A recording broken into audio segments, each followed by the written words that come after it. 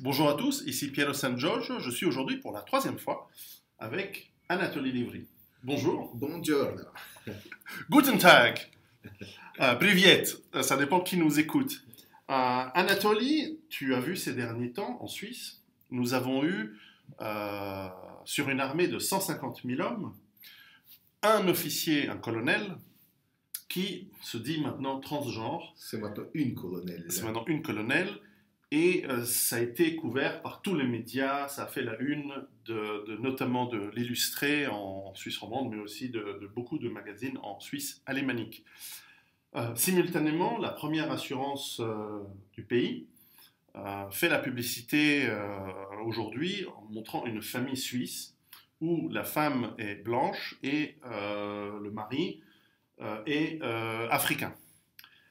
J'ai regardé les statistiques. En Suisse, les mariages, on va dire interraciaux, correspondent à moins de 2% des mariages qui eux-mêmes correspondent à moins de la moitié des familles, puisque aujourd'hui les familles sont souvent pas mariées. On monte des épiphénomènes qui sont statistiquement très peu significatifs comme étant représentatifs de ce qui est en train d'arriver dans le pays.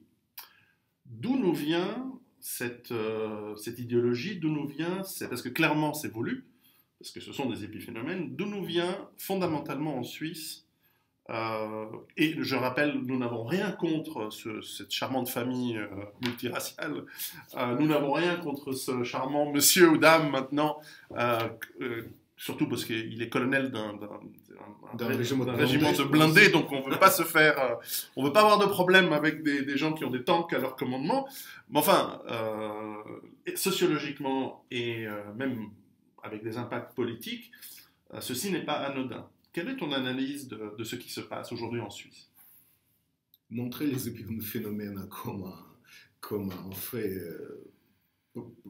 majoritaire, c'est naturellement l'arme de pseudo-intellectualisme, comme on l'utilise fréquemment dans nos universités européennes, je pense, puisque chaque homme politique exige une certaine approbation venue d'un milieu pseudo-académique.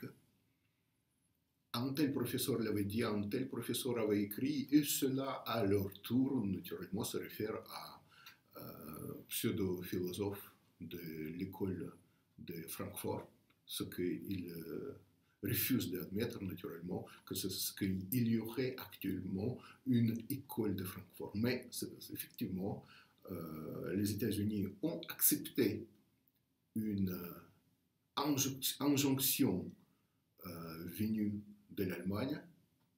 Ils ont sauvé une branche post-marxiste, trotskiste, qui se laissait en Allemagne dans les années 30, 20, à la fin des années 20, au début des années 30. Et puis, les États-Unis ont payé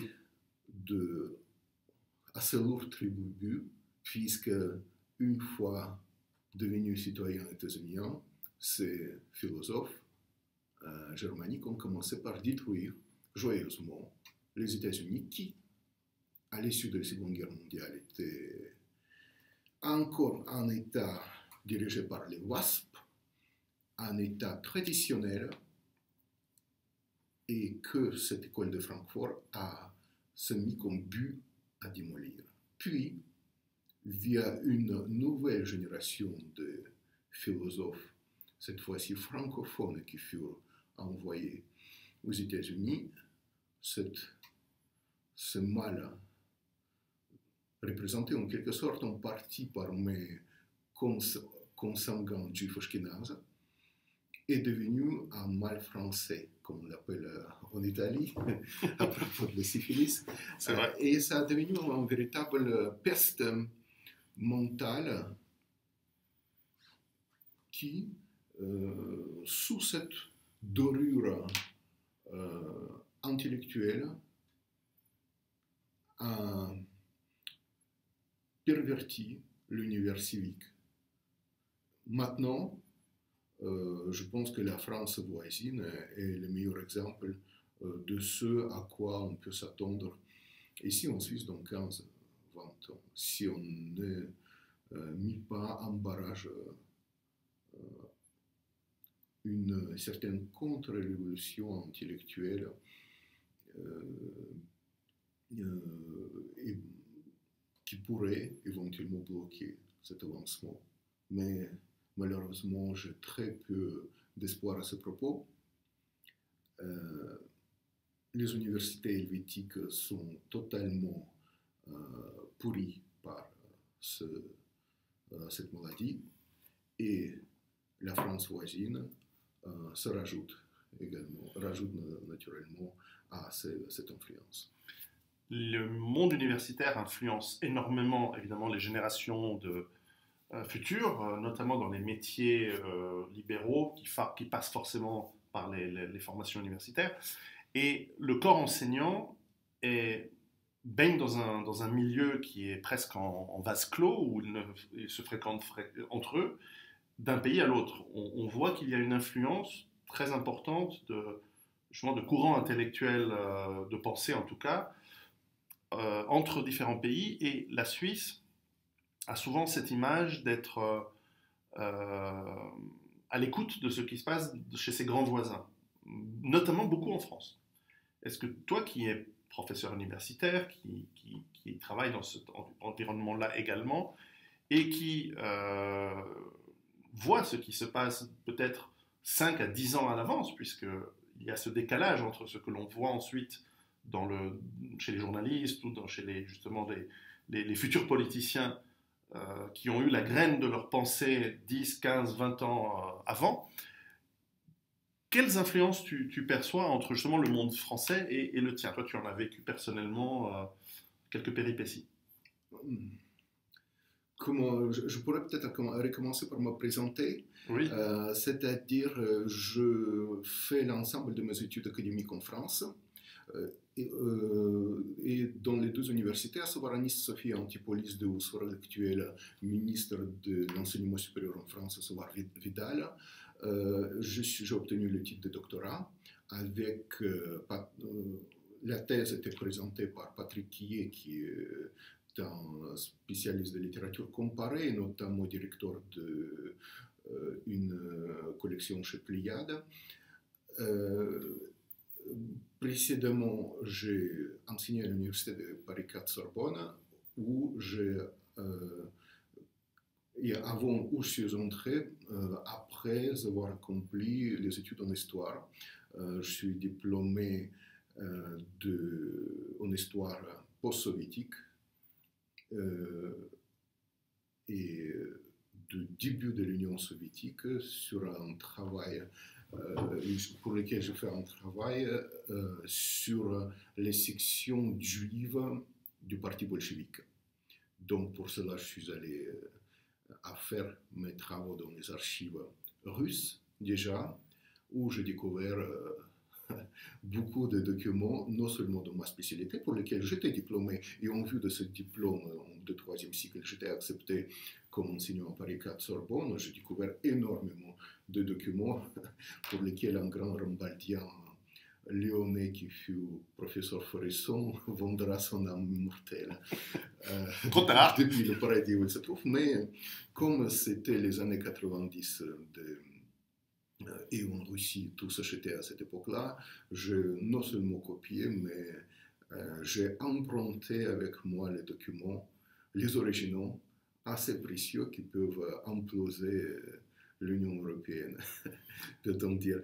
Et ce qui est assez intéressant, c'est que, comme disent actuellement mes mécènes suisses, où tout se calcule, mon enseignement, puisque je continue à étudier sans cesse, c'est peut-être mes origines juives qui me poussent vers les études non ininterrompues, a coûté pour le système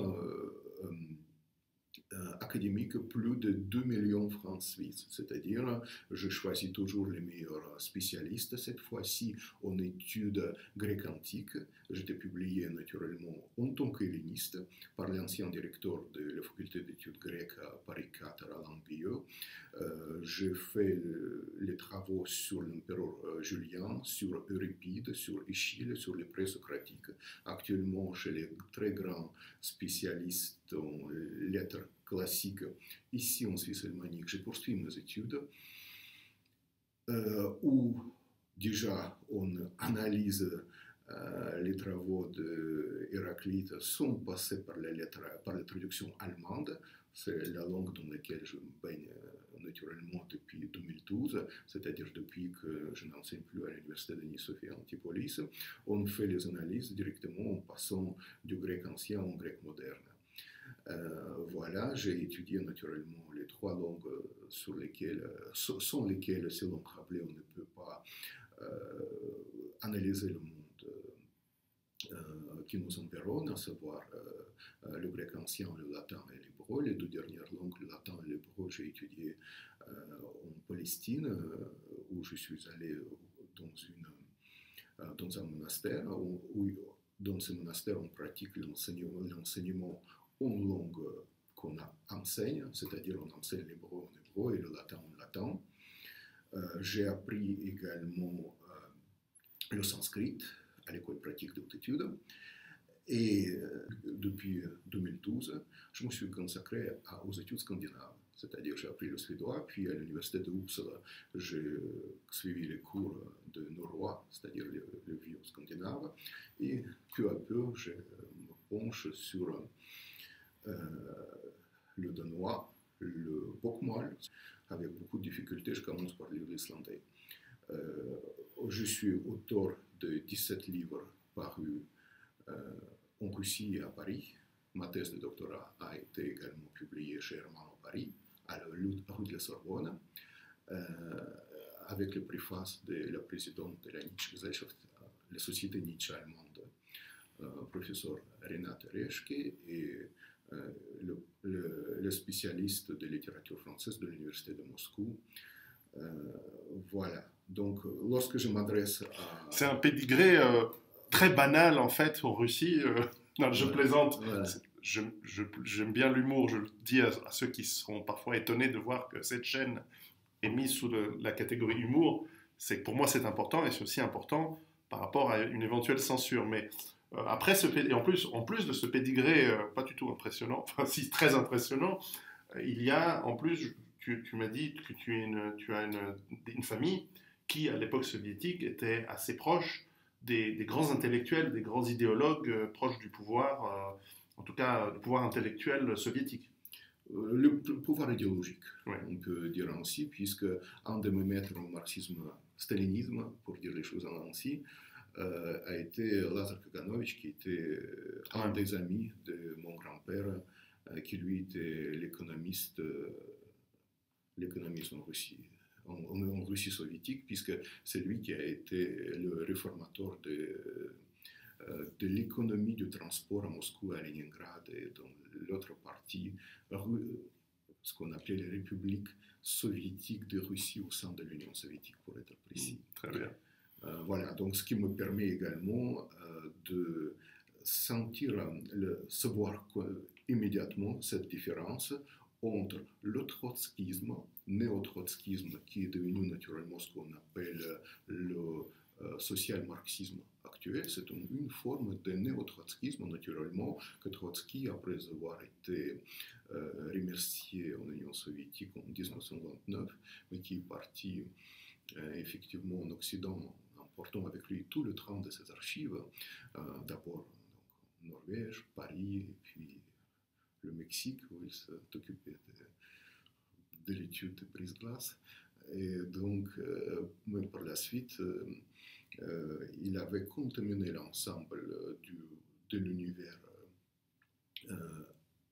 intellectuel académique de l'Occident, commencé par l'Amérique du Nord, puis peu à peu l'Europe, et effectivement uni à ces héritiers de l'école de Francfort, nous a donné cette ignominie, une ignominie spirituelle dans laquelle nous baignons de nos jours. Et comment peut-on présenter, pour revenir à ta question, la Suisse actuelle? Eh bien, ce pouvait être peut-être la France, la Suisse actuelle, on je parle du cadre civique de la Suisse, on peut le comparer à cette France, cette Cinquième République où je suis arrivé en tant que réfugié politique en 1990. On ne voyait pas encore, on ne voyait sur les affiches électorales que de blancs, français blancs à cette époque. La campagne française était encore comment on peut dire, le territoire purement celte. Pour, encore en plus, en France, on peut se faire condamner si on ne présume pas que les Celtes sont des Blancs.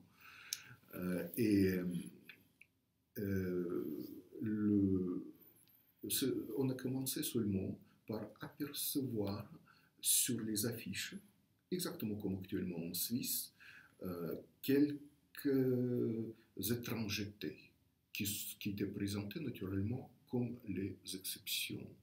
Et je rappelle effectivement à ce monde intellectuel qui m'avait accueilli à Paris à cette époque qu'il s'agissait seulement de s'ouvrir un tout petit peu aux pays envers lesquels la France a eu quelques devoirs ex-colonialistes. Et je vous rappelle que la Suisse n'a colonisé personne jusque-là, autant que je me souvienne. Mais ça viendra peut-être, on a des plans. Assez intéressant, des accusations de colonialisme suisse qu'on entend dans les cours pénales de la Suisse romande. Vous me jugez parce que vous êtes colonialiste, disent certaines personnalités. C'est très intéressant. Suivez les nouvelles criminologiques. Voilà.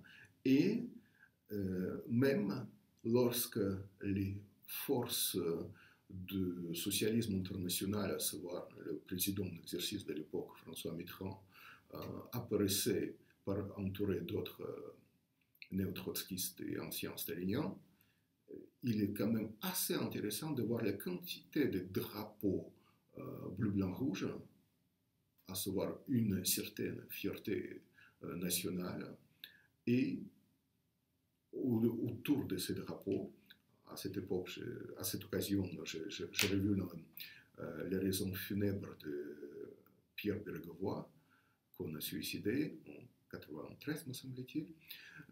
Il n'y avait que la population traditionnelle de la France métropolitaine autour de M. François Mitterrand. Voilà. Nous avons exactement le même cadre civique ici en Suisse. Qu'est-ce qu'on peut dire entre le début des années 90 et maintenant? Il y avait 30 ans qui sont écoulés, mais comme dit l'incarnation du pouvoir français actuel, je suis progressiste, n'est-ce pas? Je le cite. Et qu'est-ce que c'est le progrès? Progrès, ce n'est pas l'amélioration d'une société quelconque, c'est l'accélération. Et je pense que, par exemple, ce qu'il fallu pour démolir l'Union soviétique, peut-être depuis l'installation de Khrouchtchev au pouvoir. Staline était mort le 5 mars 1953, mais disons que Khrouchtchev s'est installé en 1955, définitivement en éliminant toute la résistance. Il avait lancé le 20e congrès de parti. Et jusqu'à la fin des années 90, il est passé combien 35 ans. Et bien là, pour anéantir une grande civilisation, il faudrait peut-être plus de 35 ans, mais peut-être 8-10 années. C'est Méphistophélès de la première partie de Faust qui dit que je suis l'incarnation de cette culture, comme avait écrit dans son journal, culture Bosch avec un K majuscule, je cite Claudel, effectivement. Eh bien, il y a une notion de progressisme dans cette culture qu'on met en avant. Et effectivement, pourquoi Méphistophélès ne se présente plus devant une sorcière qui était son amante, portant les cornes et les sabots, mais s'habille comme une personne parmi les autres, parce qu'il y a le progrès. C'est une accélération. Cette notion d'accélération de l'histoire est assez importante.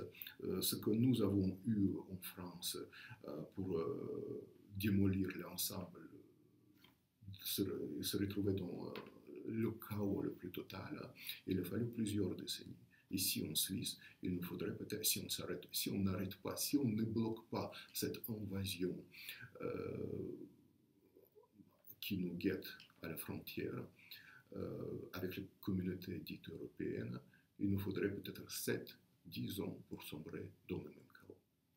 Alors, il y a deux questions qui me viennent, qui sont à quoi bon le chaos, c'est-à-dire à qui profite le crime, parce que une civilisation qui s'effondre, ça a un certain nombre de conséquences sur non seulement la qualité de vie, mais sur la vie toute court des gens, parce que lorsque...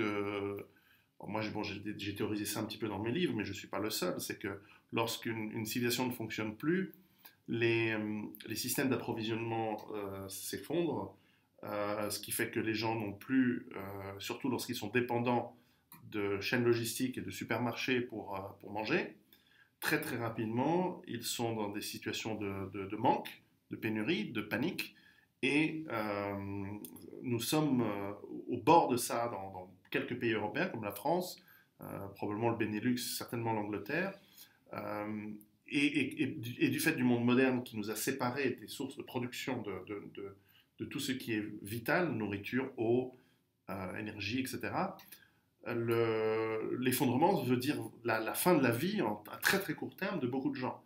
Et donc, il n'y a pas d'avantage matériel, à moins qu'il y ait des avantages métaphysiques à cet effondrement. Et la deuxième question, c'est, toi qui as connu l'effondrement de l'Union soviétique dans ces dernières années, mais aussi par ta famille qui était là-bas, l'effondrement réel des années 90, réel de la qualité de vie, du pouvoir d'achat, quelles sont les perspectives de reconstruction ou de survie réelle lors de ce chaos qui s'approche? Je commencerai par la seconde question, peut-être.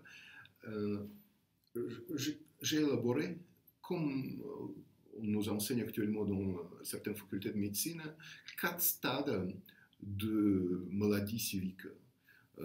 Exactement comme un cancer, après une forte, puissante, douloureuse chimiothérapie, on peut peut-être guérir une société, une ethnie, disons les choses comme je le pense, lorsqu'elle atteint le premier stade de cette souffrance. Le deuxième, peut-être, serait assez complexe, mais le troisième et le quatrième sont mortels. On n'a qu'à faire une grande fête à la fin et se mettre une balle dans la tête, hein, si vous n'êtes pas l'adepte de religion monothéiste comme moi je le suis. Et donc, c'est la même chose. Vous trouverez aisément dans l'histoire humaine certaines sociétés qui ont survécu à des crises, mais d'autres étaient totalement effacées. Comment était en Union soviétique, si on veut suivre mon accent russe, on va peut-être rester là. L'Union soviétique s'est effondrée officiellement en 1991. Mais déjà à partir de 1987, c'était clair que tout va être terminé. Donc on a commencé par préparer la fin. Les apparatchiks ont commencé par envoyer leurs enfants faire les études vers l'étranger. Certains fonds ex-soviétiques, lors de l'ex-URSS, avaient commencé par disparaître et on n'a pas toujours, même jusque-là, on n'a pas tout retrouvé. Voilà, suivait un peu peut-être le passage de le chef de ehemalige Deutsche Demokratische Republik, l'ex-RDA, M. Erich Honecker vers le Chili. C'est peut-être là qu'on peut retrouver l'or soviétique en actuelle Amérique latine. Je dis on peut retrouver, on ne les retrouve naturellement plus jamais. Voilà, on a fait passer, les élites occidentales, on a fait passer aux camarades de M. Mikhail Gorbatchev un message. Cette grande maison ingérable qui est l'Union soviétique, vous ne pouvez pas la gérer, vous pouvez périr avec elle, ou vous pouvez vous procurer les châteaux quelque part, les châteaux pour vous et vos familles et vos proches au-delà. Donc participer à cette démolition. Je pense que, là je fais une petite conclusion, lorsqu'il s'agit d'un système qu'on appelle en anglais too big to fail, trop grand pour tomber, pour choir, eh bien, ça tombe jamais seul dans un chaos non ordonné. J'estime qu'à un certain moment, le chaos, je veux dire le troisième, quatrième stade du cancer, pour simplifier, est ordonné. Le premier stade peut commencer tout naturellement, mais si le pouvoir le veut, il est bloqué. Qu'est-ce qui s'est passé avec les gens qui ne croyaient pas en crise en Union soviétique? Je ne l'avais pas connu personnellement, j'étais déjà réfugié politique en France. Il y avait, ce qui est assez très peu connu, les guerres des gants en Russie, qui furent de facto le partage des territoires ethniques. On est bien d'accord, à Moscou, à Saint-Pétersbourg, qui est ancien Leningrad, qu'est-ce qui s'est passé tout bonnement? Les clans du pouvoir, ayant profité de leur apprentissage, qui fut le très bon apprentissage des forces spéciales en Union soviétique, disposant des armes, très bon marché, ce n'était même pas la peine de l'emporter de leur armée, de leur division. Non, c'était assez bon marché, donc ils sont venus, ils ont commencé par partager les territoires. Et bien, durant cette guerre, seulement des victimes directes qu'on retrouve, dans les statistiques qu'on retrouve dans les facultés de médecine russes actuelles, le nombre de victimes avait dépassé 1 million de personnes. Je ne vous parle pas de personnes qui ont été mortes pendant cette crise de toxicomanie, de pauvreté, de l'absence totale de médecine, etc. C'est-à-dire les victimes collatérales d'une crise. Donc, vous pouvez prendre les populations russes actuelles, calculer ce qui va se passer dans les grands pays de l'Union européenne où la crise est inévitable, puisque je fréquente, pour suivre mes recherches, je fréquente les banquiers, mes co-religionnaires ashkénazes de Zurich, de Bâle et de Lucerne. On ne parle plus de crise. On n'évoque pas une crise comme éventualité actuellement. On discute seulement du moment où cette crise sera déclenchée. Non pas en Suisse encore, mais dans les pays voisins. On connaît tous l'histoire. Qu'est-ce qui se passe avec la Suisse lorsque les populations voisines affluent en masse? Voilà. Or, mais qu'est-ce qui c'était quand même en Union soviétique? Qu'est-ce qui existait en Union soviétique? C'est un apprentissage classique. Je me souviens, on apprenait les choses correctement. Il y avait une structure mentale. C'était la totale absence de méthode globale, ce qu'on appelle la semi-méthode globale, dont actuellement est atteint l'ensemble du monde universitaire français jusqu'aux membres de l'Institut de France. Et j'en ai des preuves, vous pouvez consulter mes articles mes articles de langue française, dont vous trouverez copie sur l'Internet. Il y avait aussi l'apprentissage de la réalité en Union soviétique, où on forgeait des personnalités selon un mythe élaboré à l'époque de Staline, qui était fort amateur de ce qu'a fait le camarade Adolphe au Troisième Reich. Je crois qu'il y avait une admiration mutuelle, en fait. Je pense qu'il y avait beaucoup plus de sens de géopolitique en Allemagne. Mais bon, je vais pas poursuivre ce que dans les documents que j'ai retrouvés dans les archives post-soviétiques ici. Bon, je parlerai de choses réelles. Quand j'étais dans un club de boxe à Moscou, naturellement à l'époque soviétique, et on se battait, je veux dire, il y avait je dirais, le championnat de Moscou, on se retrouvait avec quelqu'un qui avait à l'adolescence de 2-3 ans plus âgé que nous. Ça fait une rallonge beaucoup plus grande puisqu'à cet âge-là, c'est assez important. Et bien ce qu'on enseignait, c'est pas grave les coups que tu vas prendre, tu avances, dès que tu cours à court avec lui, tu le massacres. Je ne sais pas si l'ensemble de la population française, je parle de population blanche de France, ont un mental comme ça. Et ça se répétait comme ça. On ne vous dit pas ça seulement une fois. Quand je faisais, par exemple, le pentathlon, au cours de natation, je ne savais pas très bien sauter dans l'eau. Le prof me disait, bah, prыгай так будешь злее. Tu peux tomber dans l'eau n'importe comment, tu seras plus méchant. Et c'était ça, c'est-à-dire l'apprentissage de souffrance lacédémonienne, c'est-à-dire, selon le fameux Lycurgue qu'on connaît peut-être à l'intermédiaire de Plutarque,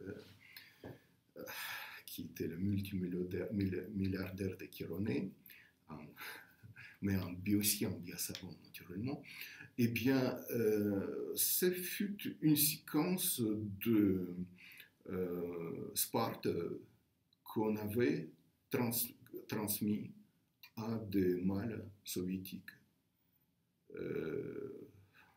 Ça reste et ça vous permet à résister.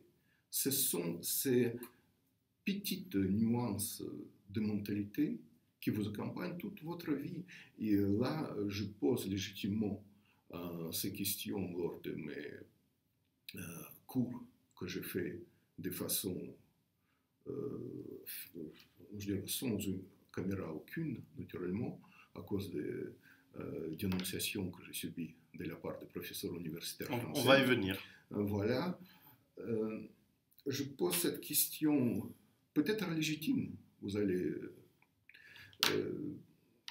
est-ce que les Français de souche, est-ce que les Allemands de souche, ceux qui ont voté le printemps du dernier président français, ou ceux qui réalisent dans leur majorité l'idée générale de Mme Merkel, où on veut d'une certaine Allemagne, d'une certaine germanité puissante, mais une germanité dépourvue des Allemands.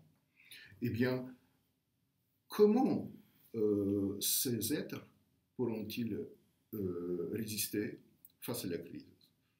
J'ai très peu d'espoir, et entre nous, soit dit, puisqu'il n'y a que nous deux qui sommes là et personne ne nous regarde, je pense que la 5e République française se trouve quelque part entre le 3e et 4e stade de cancer, et on ne peut plus rien faire. Je pense également tout à fait comme l'Union soviétique au moment de la reconstruction perestroïka.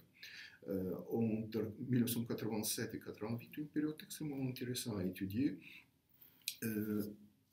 Plus personne ne crut dans les élites. Même s'ils continuaient à faire leur discours fleuve, comme le fait actuellement le président actuel, sur les idées du Marx et de Lénine qui sont toujours vivantes, eh bien, ils s'occupaient déjà de la transmission de leur famille de fonds dans les pays plus calmes, souvent les pays monoethniques occidentaux. Il y avait encore beaucoup plus qu'actuellement.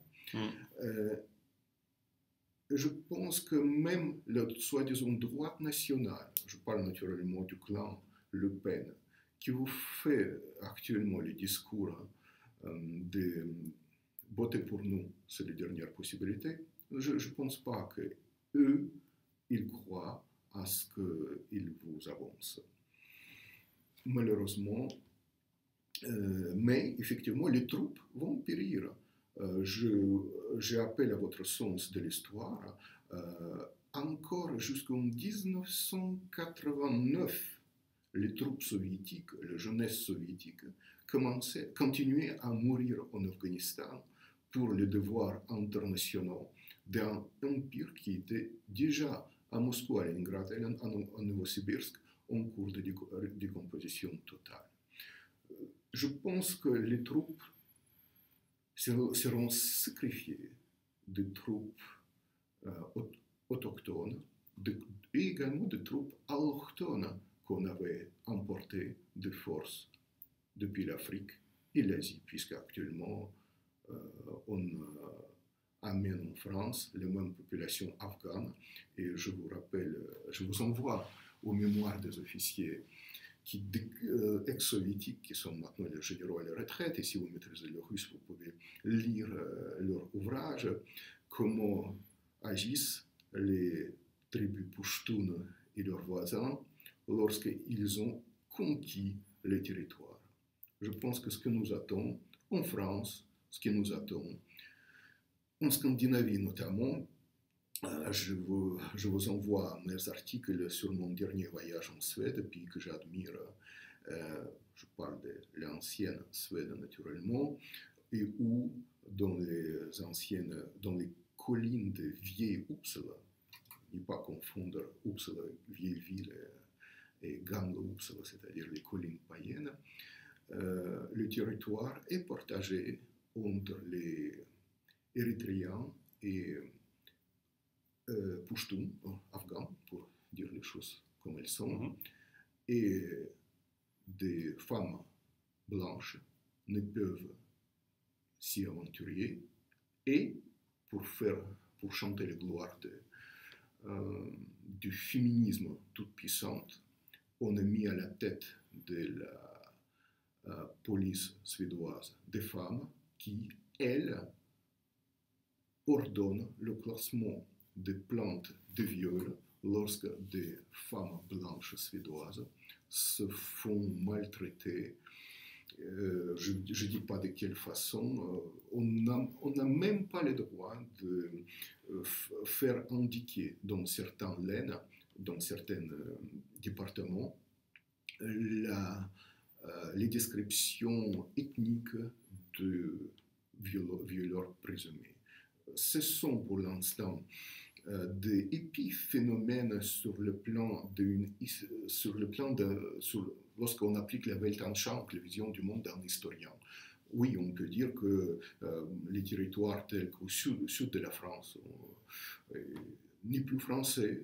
On peut dire que certaines villes telles que Grenoble, Perpignan, Narbonne, mais aussi dans Lille, dans le nord, il y a beaucoup de villes. Voilà. Lyon, une partie de Lyon, une partie de Paris, toute la ceinture de Paris. Ouais. La même chose en Suède, naturellement, on peut parler de Malmö et de certaines villes de Skåne, on peut parler de Norrtälje et Rekaby, on peut parler des environs de Uppsala, mais là-bas, dans la mesure où la destruction a débuté beaucoup plus tard, vous pouvez encore aller dans les Karli, dans le Dalarne, comme on appelle en suédois, et là-bas, ce sont un peu comme la population est autochtone, comme dans les villes suisses où je vis, à savoir Altdorf de Canton d'Ur, et c'est ma résidence officielle. Et donc, oui, il y a encore on peut parler de la Suède qui est submergée de façon minoritaire, c'est-à-dire quoi, deuxième stade de cancer. Mais 30% déjà. C'est énormément, mais vous pouvez parcourir les grands espaces entre Gävle et Sundsvall, au bord de la gorge de Botnie. Vous avez que la population qui avait connu le frère aîné de Ingmar Bergman, qui était le fondateur de la jeunesse nationale socialiste suédoise, comme tout le monde sait. Vous devrez savoir. Je retiens en tout cas que, d'ailleurs, ton compatriote Dimitri Orlov, qui a écrit un livre sur les stades de l'effondrement, lui aussi prévoit que l'Occident, lui parle beaucoup des États-Unis, mais je pense qu'on peut le bouger à l'Europe occidentale, en cas de cet effondrement qui est à mon avis aussi inévitable, les taux de pertes humaines ne seraient pas de 1 ou 2% comme en Union soviétique, mais plutôt proche de 50%, voire plus. Et je suis persuadé qu'on va arriver à ça et ça peut se faire très très vite. Deuxième chose que je retiens, c'est que euh, les forces armées russes aujourd'hui n'ont pas peur du 14e bataillon LGBT d'infanterie, ni de la demi-brigade afro-maghrébine de l'armée française. Ouais, c'est eux qui ont libéré la France, comme tout le monde sait d'ailleurs, des Allemands. Parce qu'il y avait 40 000 soldats allemands qui occupaient la France. Et donc, à croire au président français actuel, c'est grâce aux populations africaines que la France était libérée. Oui, oui, c'est pour cela qu'ils ont droit maintenant à s'installer en fonction de 40 000 arrivants par mois. Tout ça pour dire qu'il n'y a plus rien qui retient, il n'y a plus de digue, il n'y a plus rien qui retient les stades 3 et 4 de cet effondrement. Et le survivalisme, la survie, qu'est-ce que ça t'inspire? Il ne faut pas que tout le monde survive, je pense. Bon, on est déjà d'accord. Oui, commencez par la survie psychique. Par la survie psychique, puisque on vous anéantit. Tout ce qu'on vous propose, c'est que vous vous battiez contre vous-même. Je ne conseille rien de ce que je n'ai pas vécu dans mon corps. Je vous donne un exemple. On vous parle de surpoids, disons cela. Et ça, c'est un lien direct. On vous oblige à prendre du poids et par la suite mincir en adoptant d'autres propositions du système. Vous devinez, vous savez ce que c'est le bourlac sur le Volga. Vous montez toujours contre le courant, le bateau avec les marchandises des autres. Donc, essayez d'utiliser, dès à présent, n'attendez pas que la guerre s'éclate, utilisez le système de ce par quoi il est en train de vous gaver, dans tous les sens psychiques, corporels du terme. Ce que je fais, moi, personnellement, je mange tout ce que je veux, je bois tout ce que je veux. Je vous donne seulement cet exemple et vous allez l'appliquer à tout ce que vous avez. Et par la suite, je me suis trouvé le parcours. C'est en Scandinavie. Et ce n'est pas seulement la Scandinavie, ce n'est pas seulement les féministes et les enfants qui souffrent du gender. C'est aussi la vraie nature. Et 10 km de Uppsala, vous avez les ours carnivores. Hein. Donc, ce que j'ai fait, j'ai un parcours de 3 jours, 3 nuits, que j'ai fait, actuellement, ce sont 50 km, seul, avec une arme que je n'utilise pas, et je ne mange rien pendant ces 3 jours et 3 nuits. Mais, pendant ce temps-là, je suis seul avec la nature. Et tout ce que ce cadre civique m'a fait avaler, je le dépense pendant ces 3 jours et je l'échange contre une puissance psychique que le système, si vous restiez membre d'un cadre civique, vous n'obtiendrez rien, jamais. Et tout ce que j'avais conseillé, les banquiers qui trouvent pendant ces 3 jours les meilleures combines, les poètes qui trouvent les meilleures rimes pendant ces 3 jours, lorsqu'ils utilisent les réserves que le système leur avait données, qui se trouvent en eux, mais qui travaillent contre eux, parce qu'ils sont toujours en train de se battre contre un système en suivant ce qu'elle leur propose dans un certain Lebensraum, dans un certain cadre civique, disons, pour simplifier. Voilà. Et vous ressortez toujours enrichi si vous, d'un côté, vous acceptez ce que le système vous fait. Souvent, ce sont des actes assez maléfiques, mais que par la suite, vous le preniez et que vous brisez ce cadre et vous le transportiez ailleurs. Là, vous devenez plus fort, gras, et vous utilisez ces réserves pour vous enrichir. Ça, je pense que ma vision de survie, que ne commence pas lorsque la crise va éclater, mais qui commence là tout de suite, maintenant.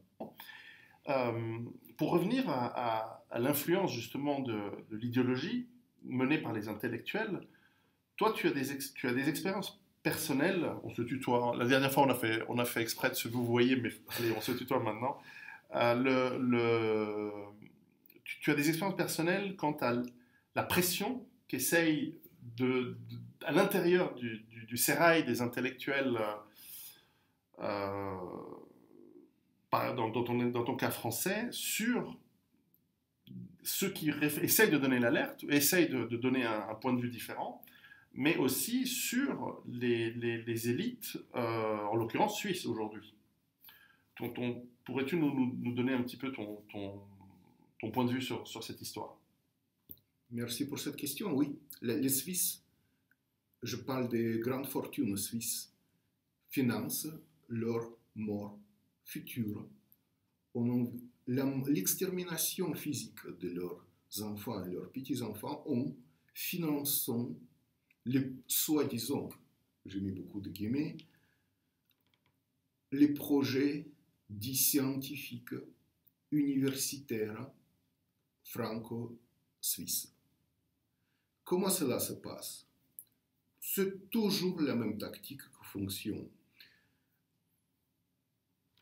Les universités françaises ne peuvent plus se payer. Si vous suivez, ne peuvent plus payer ni de recherche, ni les fonctionnaires, puisque ne l'oublions pas, les maîtres de conférences et les professeurs français sont des fonctionnaires républicains, ce qui les oblige au devoir de neutralité, naturellement. Donc, si vous suivez des nouvelles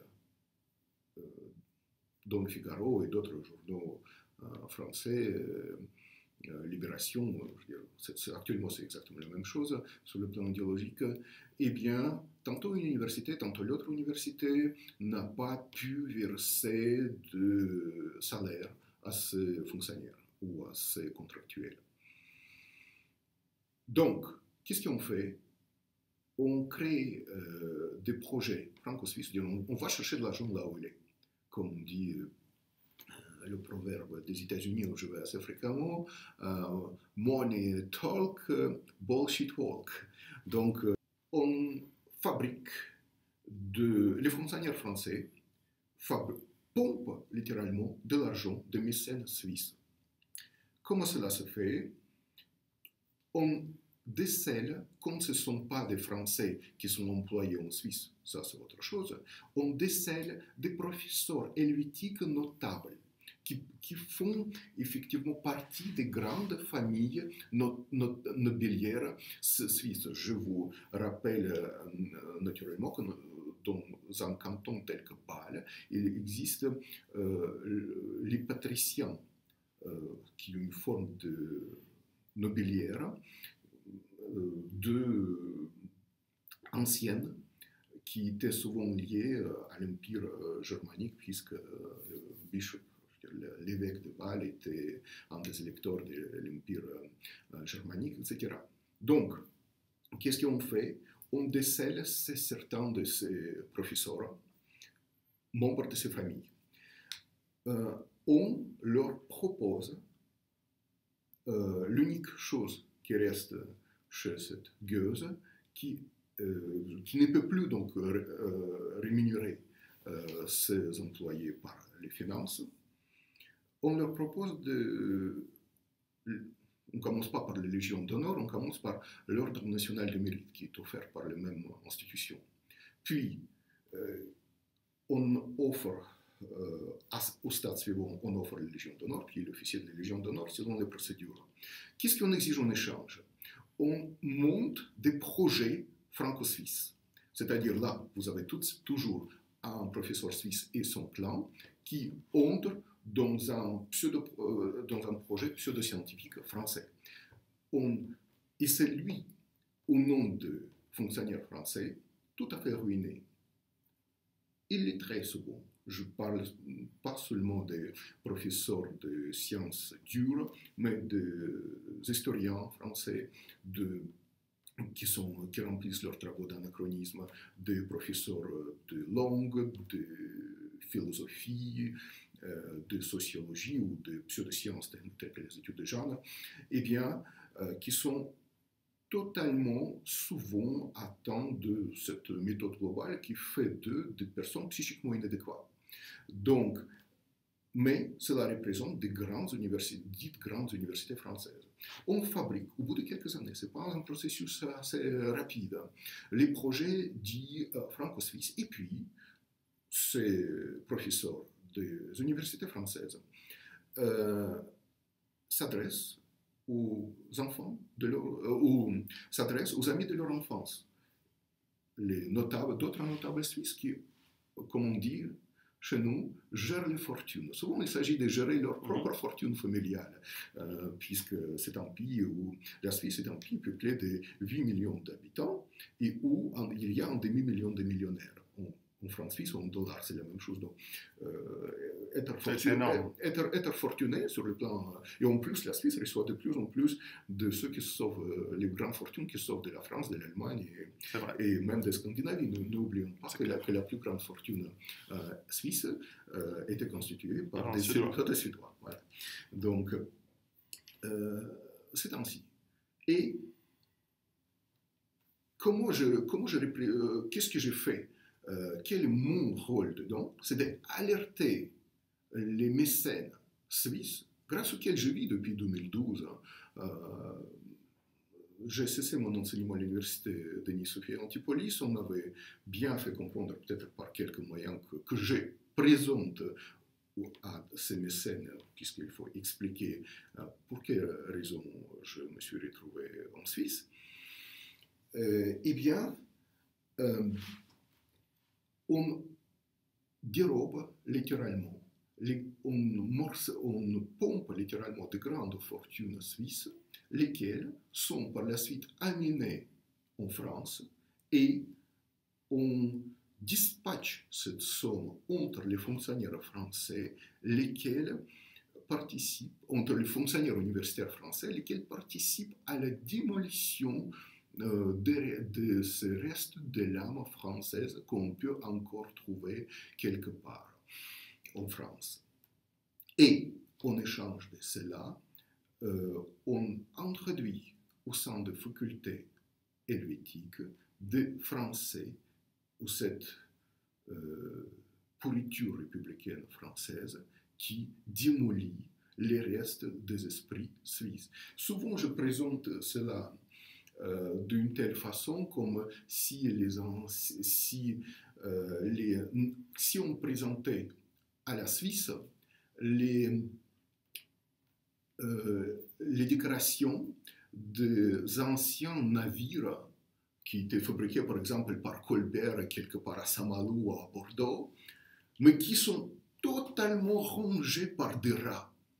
Et des navires coulent, aussi bien que coulent les bateaux des passeurs de Libye vers l'Italie ou vers l'Espagne, vers la Grèce, mais ces rats-là qui avaient totalement rongé depuis la fin de la Seconde Guerre mondiale, c'est-à-dire depuis cette libération qui a massacré littéralement les pensées françaises, qui fut le premier putsch anti-français dans les têtes, eh bien, depuis combien déjà 4, 5 générations, puisque je ne situe pas cela au mai 68, cette catastrophe spirituelle française. Non, le mai 68, ce n'est pas quelqu'un, un Allemand dans les dortoirs des filles à Nanterre qui a fait cela. Non, non, il fallait entre 1945, c'est-à-dire 1945, lorsque le Conseil national des universités, sous un autre nom, a été fondé par des staliniens qui sont arrivés en 1944 depuis Moscou,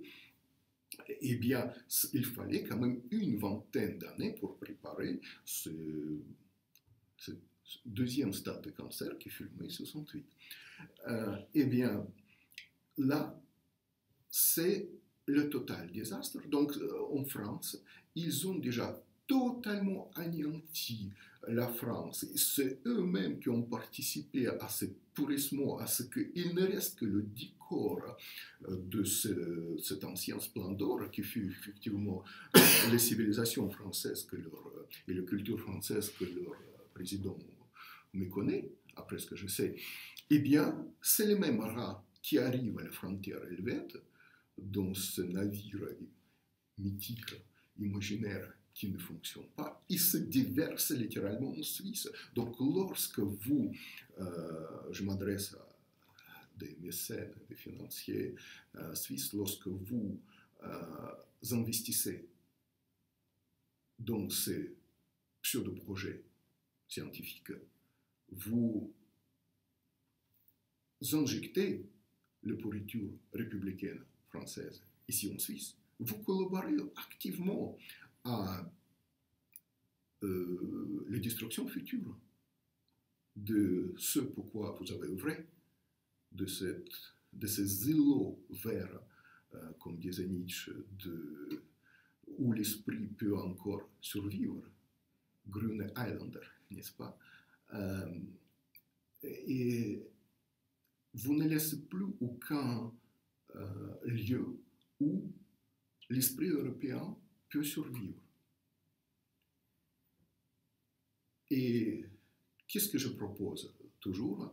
C'est ne pas suivre les vidéos que je fais notamment chez toi, mais tout simplement me rencontrer dans les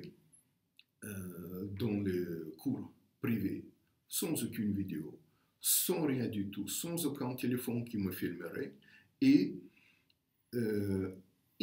examiner les documents issus de l'université française, examiner les pièces officielles issues de l'université française, examiner également les études critiques que j'ai faites et qui visent non quelques maîtres de conférences, non quelques professeurs, mais où j'examine les travaux des membres de l'Institut de France. Puisque cela ne m'intéresse pas de m'attaquer à des sous-fifres. Si vous voyez mes travaux, par exemple, je établis en quelque sorte la généalogie du désastre français. Mes travaux français que vous pouvez trouver en partie visent, par exemple, les travaux sur Jacques Lacan, qui a apporté le dorure intellectuelle universitaire française à des fantasmes de Sigmund Freud, et qui par la suite était naturellement transporté par Jacques Derrida ou Gilles Deleuze dans les sérails français. Je analyse notamment le parcours de slavistes qui ont introduit les travaux de Trotsky en France, qui sont liés par leur son au même Jacques Derrida notamment. Et par la suite, chaque année, avec votre assistance, je entre en discussion avec les fonctionnaires, les apparatchiks de l'université française, à savoir le Conseil national des universités, et je prépare en votre présence le droit, mes demandes de droit de chercher un poste universitaire en France. C'est-à-dire, parfois, il y a les familles d'anciens chats de Perse, de l'Iran, qui se trouvent ici en Suisse, qui naguère avaient financé ces projets pseudo-scientifiques franco-suisses, et qui se trouvent à mes cours. Je bloquais naturellement leur financement, et je présente mes demandes de chercher le droit, puisque si vous cherchez le droit de un poste de maître de conférence en France, comme si un zoroastrien de l'entourage du Shah a envoyé sa demande au camarade d'Ayatollah Khomeini en Iran, que la France avait emporté à Téhéran avec beaucoup d'efforts. Voilà, donc, et par la suite, également, grâce toujours à vos investissements, j'attaque ces décisions administratives à mon égard. Donc, je vais au tribunal administratif de Paris et où, grâce à mes avocats, je obtiens les correspondances internes de ceux qui sont les fonctionnaires français et qui, par la suite, constituent ce même projet franco-suisse ou via leurs élèves ou via les élèves de leurs élèves et qui viennent ici.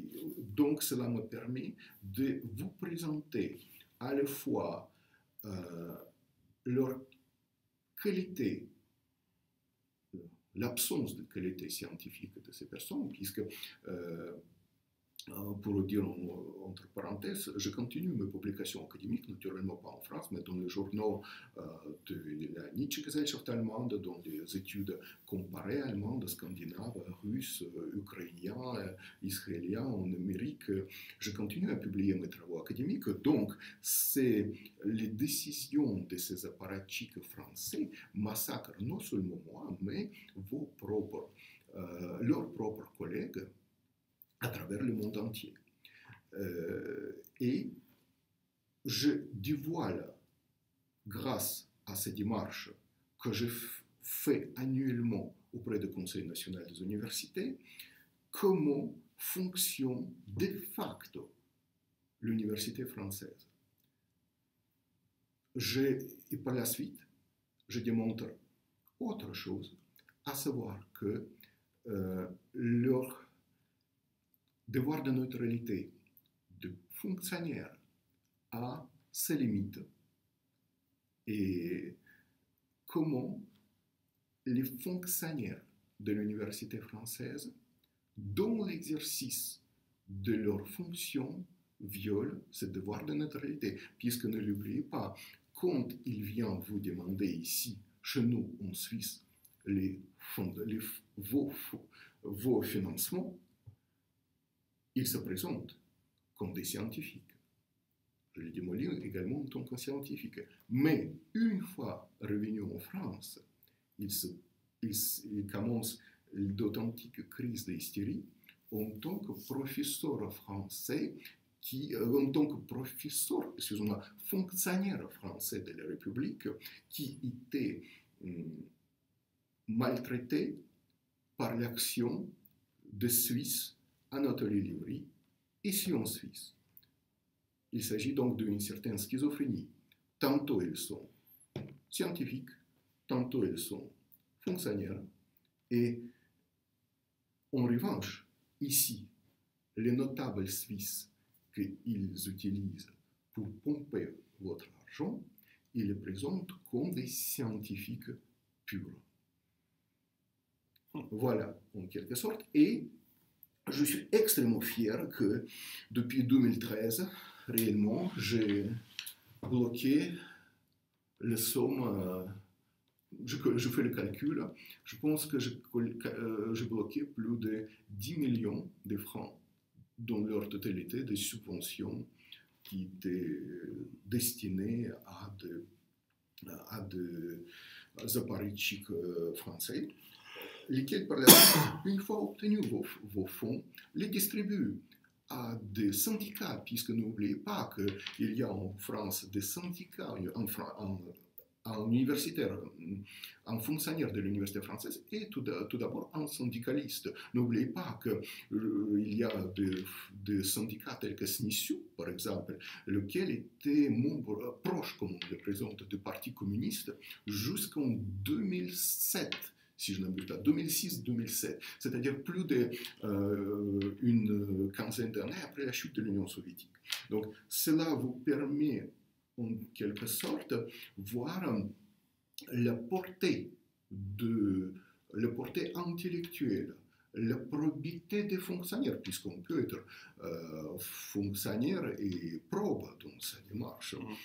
Et les qualités humaines, c'est-à-dire, si vous voyez la correspondance de ces fonctionnaires entre eux, lorsqu'ils me dénoncent, lorsqu'ils poussent le ministère de l'enseignement supérieur porter les plaintes pénales contre moi en France, lorsqu'on essaie de trouver les lieux où j'enseigne à certains mécènes suisses, le fonctionnement réel de l'université française, vous allez être épouvant, vous allez vraiment tomber de haut. Et ce qui est extrêmement important, et c'est peut-être à cela que je vais terminer les réponses à ta question, c'est qu'ici en Suisse, ici en Suisse, vos fondations portent le nom de vos familles. Très souvent, comme je le présentais par exemple à Zurich, il y a un monsieur qui est devenu depuis mon ami, il vient d'une famille dont on trouve le nom toujours à Zurich, c'est-à-dire il n'y a pas d'immigration, qui étaient ses ancêtres qui furent les compagnons de Ulrich Zwingli à Zurich.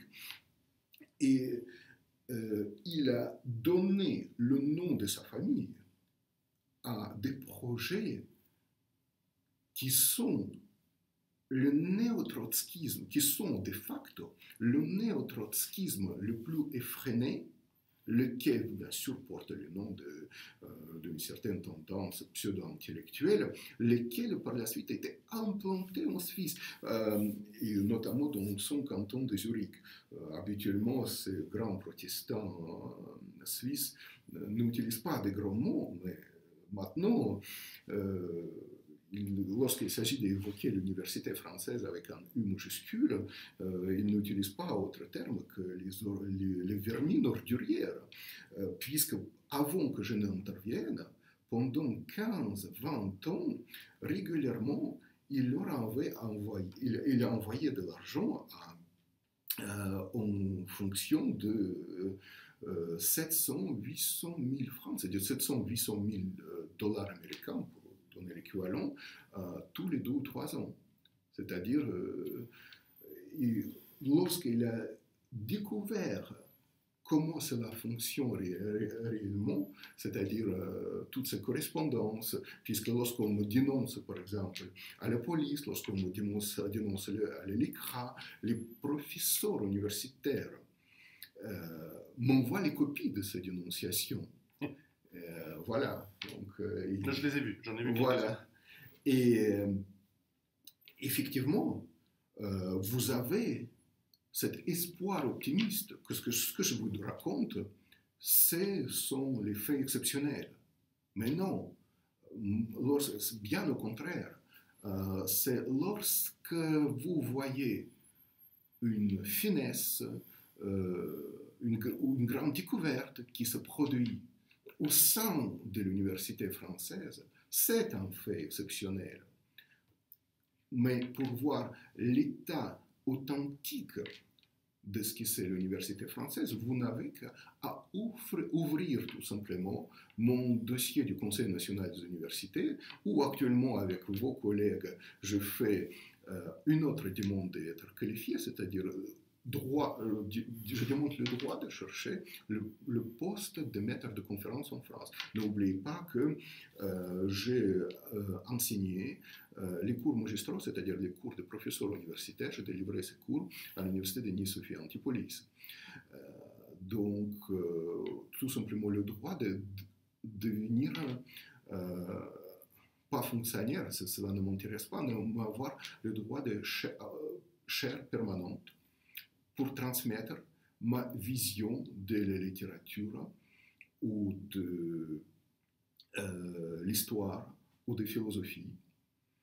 Et cela m'est constamment refusé par des fonctionnaires, lesquels à la fois ont porté plainte pénale contre moi et, suite à cela, viennent en tant que scientifiques, professeurs universitaires présentés en Suisse par d'autres professeurs suisses et qui sont en train de demander vos fondations, les finances de vos fondations qui portent très fréquemment le nom de vos familles suisses.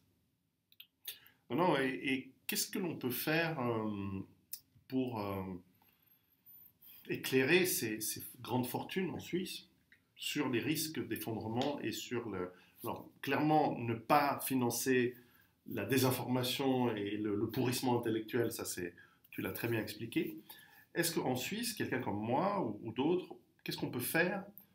Je rappelle que nous sommes à un mois des élections du Conseil national en Suisse et du Conseil des États, donc des élections au niveau de la Confédération. Et qu'est-ce qu'on peut faire? Parce que moi, je crains que ces élections vont être un copier-coller de ce qui s'est passé il y a 5 ans, c'est-à-dire très peu de variations, toujours les mêmes partis, toujours les mêmes mouvances, toujours le même blabla, et une stagnation intellectuelle, mais aussi dans la soumission à l'Union européenne et en général au capital international.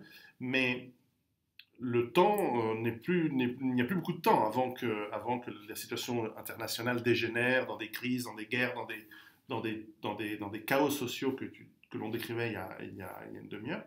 Et qu'est-ce qu'on peut faire? Qu'est-ce que les citoyens peuvent faire pour faire influence, pour enseigner, pour attirer l'attention sur cette crise qui, et je suis d'accord, y compris en Suisse, va être extrêmement violente?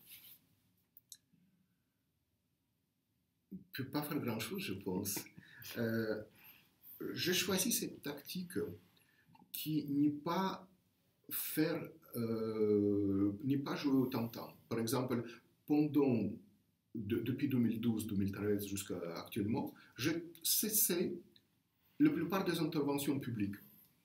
J'ai travaillé dans mon coin avec la lucidité. J'ai réuni des gens qui veulent tout simplement écouter ma parole sans les caméras, sans les médias, parce que je pense que ce que nous vivons ici, c'est l'unique moyen, tous les moyens de survie psychique, tout d'abord, et puis corporel, c'est le contact personnel. Puisque là, je sors de mon pseudo-anonymat, qu'est-ce qui va se passer?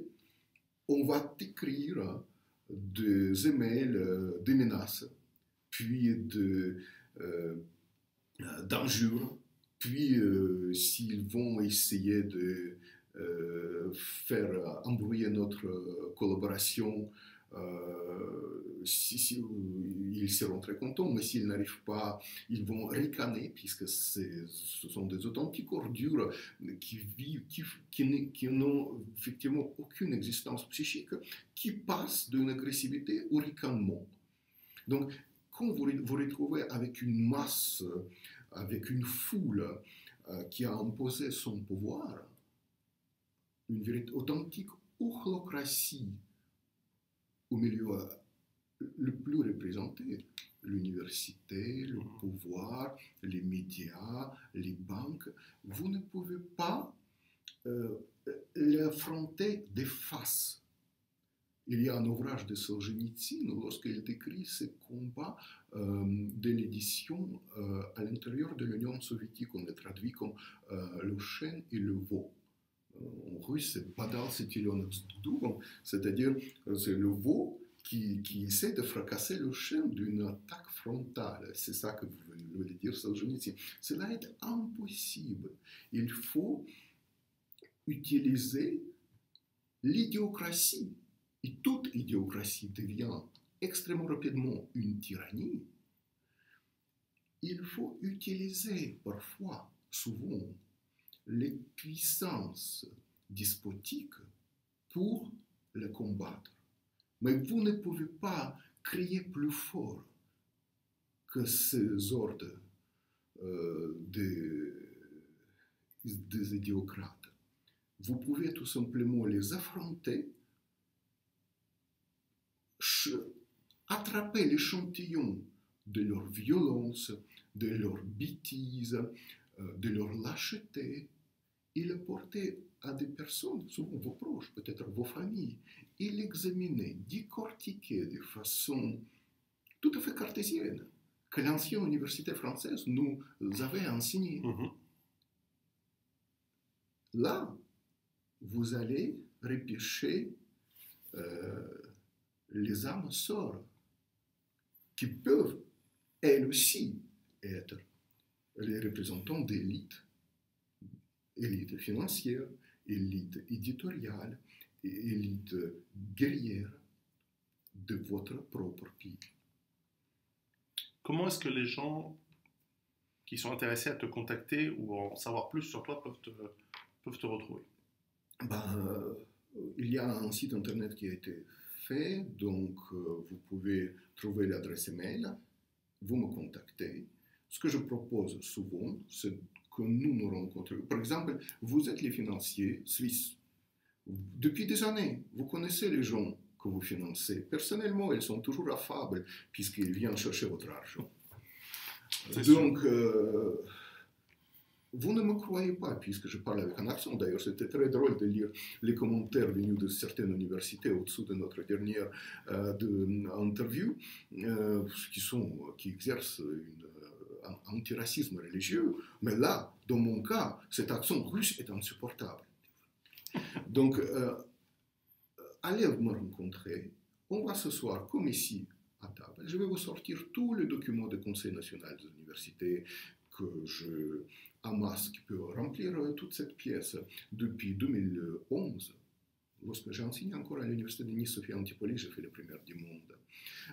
J'ai amassé également l'ensemble de correspondances internes des universités, entre elles, des universités françaises.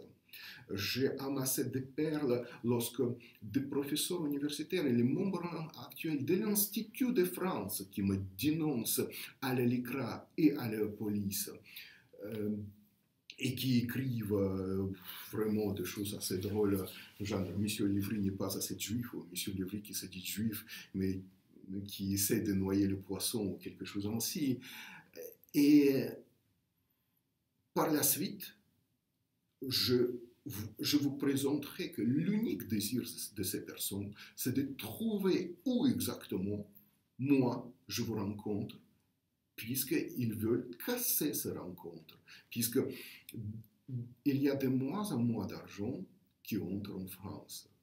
C'est exactement comme l'ancienne Union soviétique.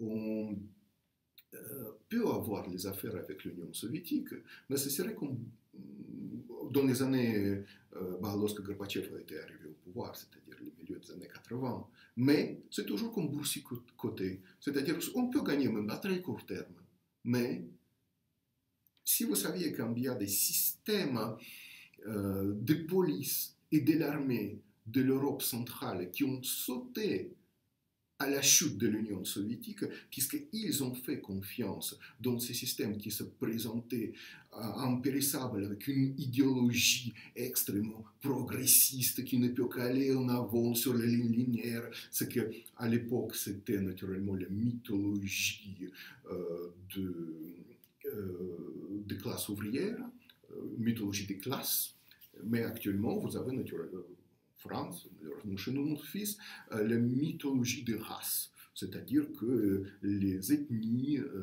n'existeraient pas et qu'il y a une forme d'antiracisme qui est obligatoire et que, en important de plus en plus de métissage, on aura l'homme nouveau. Voilà, on va créer, et surtout, ou le sous-homme nouveau. Surtout, le processus est linéaire, on ne peut pas l'arrêter. Essayez de demander à un professeur universitaire en France, il va vous le confirmer. Je mettrai les liens à ton site ici en dessous.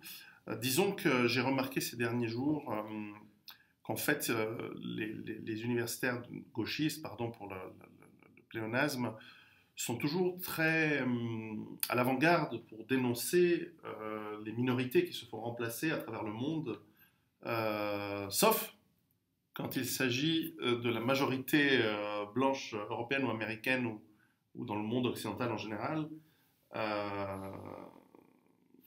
qui subirait, selon eux, qui subit, ce qu'en plus eux, évidemment, nient, c'est-à-dire, on parle de théorie de grand remplacement, qu'il suffit pour vérifier d'aller dans n'importe quelle ville ou dans n'importe quel transport public en Europe occidentale.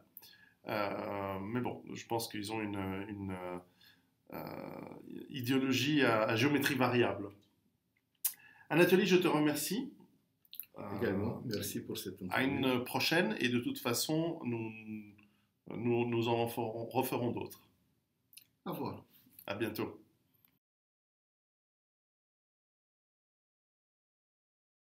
J'ai une question simple. Qu'est-ce que c'est qu'être un homme? Ah non, bon, on va improviser.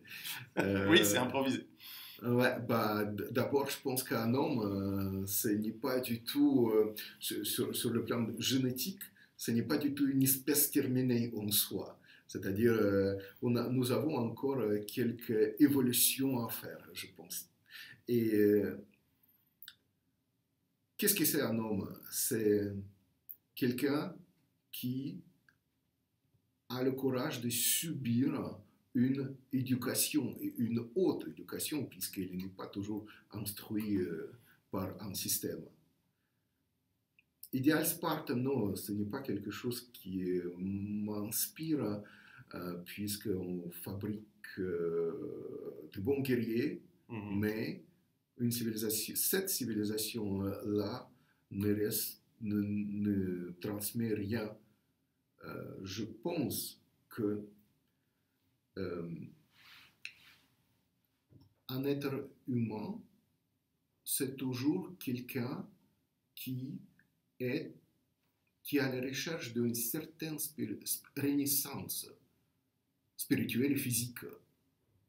Vous êtes tous ici, pour la plupart, avez une culture, une civilisation chrétienne. Eh bien, vous savez que dans l'évangile de Saint Jean, chapitre 3, lorsqu'un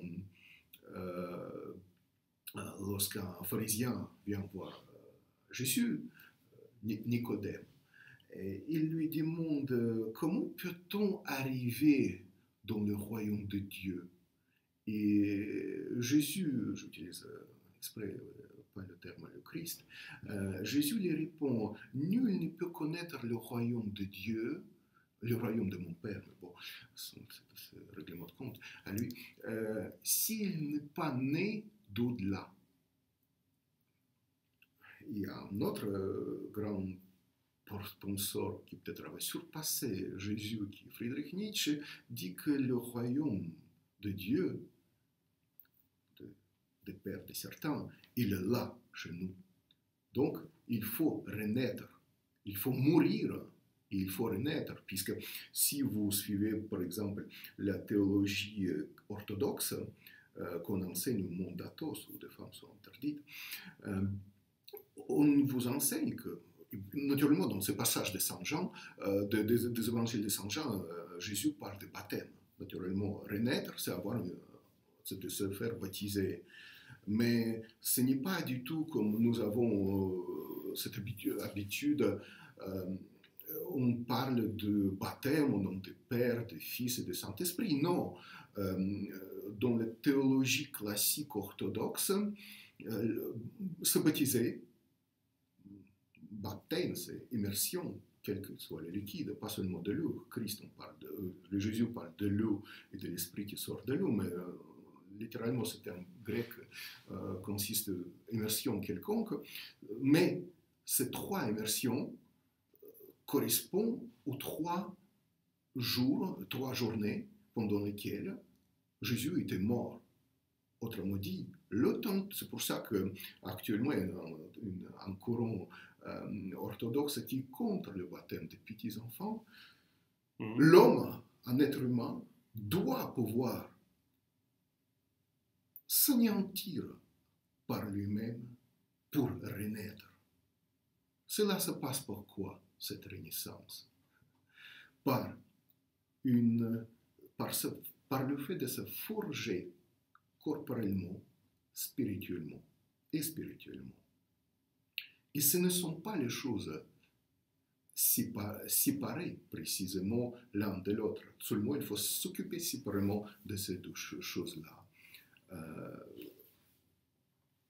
Quand le personnage perse qu'avait inventé, fait revivre Nietzsche, il dit à propos de son esprit: Leib bin ich, je suis l'esprit, mais je suis le corps.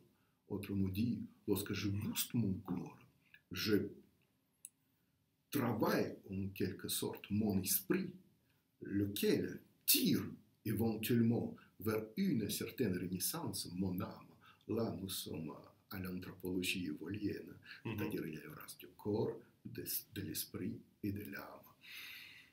Vous devez le travailler, vous devez, pour travailler, cela, il faut, dans le sens premier, il faut le faire souffrir.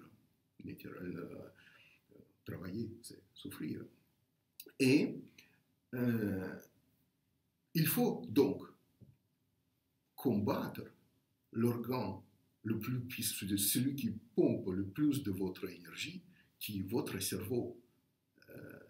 Je suis actuellement les cours, actuellement depuis plusieurs années à l'Académie de médecine de Moscou, qui font les études sur ce cerveau. Ils ont commencé bien avant que l'Allemagne nationale socialiste de travailler, de disséquer les cerveaux. Si on a M. Lénine, le camarade Lénine sur le plan rouge, c'est parce que Félix Dzerzhinsky, qui n'est pas un juif, qui est un Nobel polonais, qui avait dit, voilà, ça c'est le cerveau, on va travailler sur son cerveau. Et on avait su travailler, disséquer et travailler sur plus de 60 cerveaux.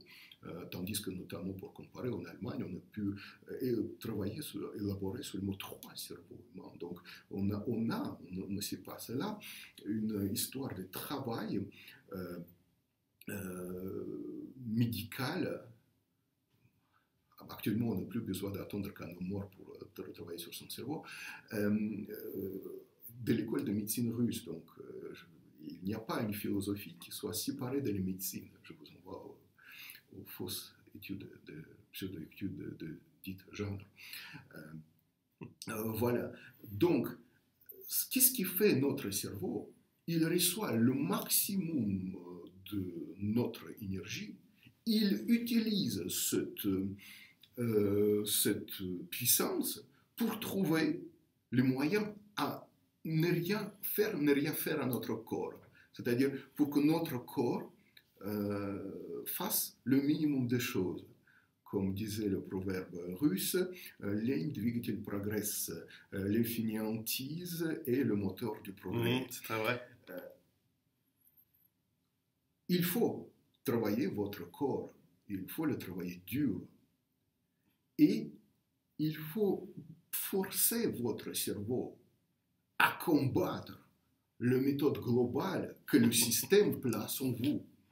Vous devez lutter contre l'illettrisme intellectuel ordurier qui est au sommet de notre monde, qui déteste le logos avec les lambda majuscules. Et qu'est-ce qu'on fait cela? Pour cela, on récite. Quelle était l'antique éducation de notre monde occidental, de l'époque hellénistique notamment? On récitait l'œuvre de Homère par cœur. Pourquoi nous raconte plus tard qu'on appréciait tellement des naufragés athéniens? C'est que cela, et les écrire dans les cités souvent barbares, que cela connaissait ces music hall de l'Antiquité qui fut l'œuvre d'Euripide, mais par cœur, il savait vraiment la sortir. Mais c'est beaucoup. Et c'est comme ça, c'est ainsi qu'on doit combattre le finiantisme naturel du cerveau de Homo sapiens. Et là, je pense que Carl von Linné, il était trop optimiste lorsqu'il faisait l'appui sur cette sapiens, ou peut-être qu'il croisait trop à la faculté de Lund et après à la faculté de Uppsala les hommes blancs brachiocéphaux. Là, oui, d'accord, mais sur toute l'humanité, il était trop optimiste. Il forçait, je pense, forcer cela, et on peut le faire exclusivement par la lecture. Et c'est quelque chose qui porte également en parallèle en action de votre corps. Lorsque vous travaillez sur la terre, lorsque vous apprenez les arts de combat, ça va de pair avec le récital d'œuvres et leur apprentissage par cœur de ce qui est les origines, les œuvres origines de l'humanité. Lorsque je dis les œuvres magnifiques de l'humanité, il s'agit d'un très petit nombre des œuvres. Dans chacune de vos langues maternelles, vous avez ces œuvres.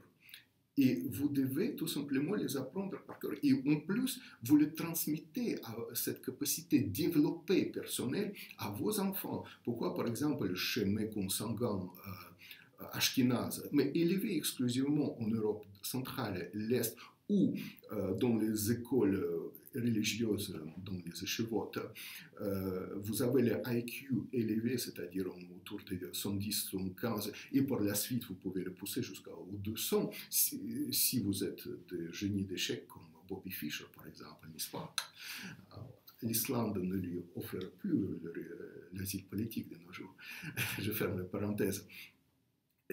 Ce qu'on récitait par cœur, et non seulement qu'on récitait par cœur, on écrivait, c'est-à-dire on lit une ligne et on le transcrit par la suite. Et je vous conseille de suivre les études de médecine, des spécialistes de cerveau et de traumologie et de trauma du cerveau, pour qu'ils vous démontrent comment l'action du logos et de votre main entre en symbiose et transporte votre être qui le travaille. Ce que je vous explique, c'est le survivalisme psychique qu'il faut commencer. Puisque ce qu'on vous enseigne, notamment, c'est de passer tout de suite à l'ordinateur. C'est-à-dire, on ne travaille plus cette doigté qui vous développe en tant que Homo sapiens sapiens. Et naturellement, ça vous pouvez d'ailleurs voir que chez les Ashkénazes, qui sont nés notamment en France, qui vivent ici depuis 2 ou 3 générations, même leurs ancêtres sont venus de Pologne, mais qui suivent le brutissement de cette méthode globale, semi-globale, ce qui est la même chose, qu'est-ce que vous avez à la fin? Ça devient de mêmes ordures stupides que les goïms. Pourquoi?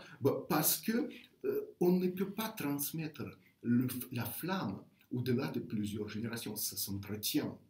Et vous devez vous entendre à lire par cœur, dans votre langue maternelle, pour commencer, des poèmes. Vous prenez des meilleurs poèmes de langue française, peut-être pas Baudelaire, qui est en fait la première promotion de l'LGBTisme qui a commencé au XIXe siècle, mais vous prenez les grands poètes français de votre langue maternelle, genre Charles Maurras, par exemple, debout sur son vaisseau, près de ses compagnons, quand le dur laboureur de l'humide sillon, le héros préféré des palaces d'Homère, méditait la vie que les morts lui donnèrent, l'aurore déchireur de céleste pâleur, sur les rires des eaux le vent des fleurs, et dort l'île basse sous l'anguille sereine, si le vent lui conduit, si le courant le traîne, Ulysse consentit que son cœur soit tenté du prix de la sagesse ou de la volupté. À cause de cette volupté, on ne veut pas qu'on voit les archives de Maurras. Vous me lirez, dit-il, au mât de mon navire, sur le brasier qui meurt, il amollit la cire, et d'abord le versant à chacun tour à tour lui referme l'oreille, et lui fait comme un sourd. Ils sont ainsi sauvés de l'embûche de l'onde, à quelques enlacements de caresses profondes, qu'il veut attirer le perfide concert. L'ignorance les garde, ou le savant se perd. Tu as déjà testé ton QI? C'est à quel niveau? Je pense qu'au bout de quelques entraînements, ça a monté un peu plus que c'est à quoi, 160? le moyen d'un juif ashkénaze. Non, c'est un peu plus. Je pense que c'est quoi, sérieusement? C'est beaucoup. 160? Beaucoup. 180? Je ne veux pas dire. Bon, la différence entre 180 et 135, vous voyez Non. Alors, vous imaginez ce que ça veut dire ceux qui en ont 100 et ceux qui en ont 80 et ceux qui en ont 70?